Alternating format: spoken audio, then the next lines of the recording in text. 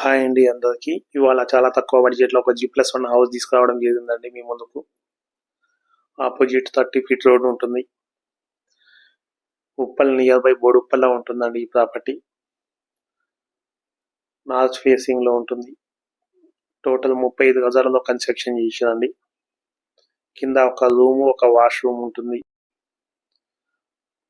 Fall ceiling చేస్తున్నా చూడొచ్చు మనం. ఫస్ట్ ఫ్లోర్ లో కూడా సేమ్ ఒక రూమ్ ఉంటుంది, ఒక వాష్రూమ్ ఉంటుందండి. ఒక బిగ్ సైజ్ రూమ్ ఉంటుంది.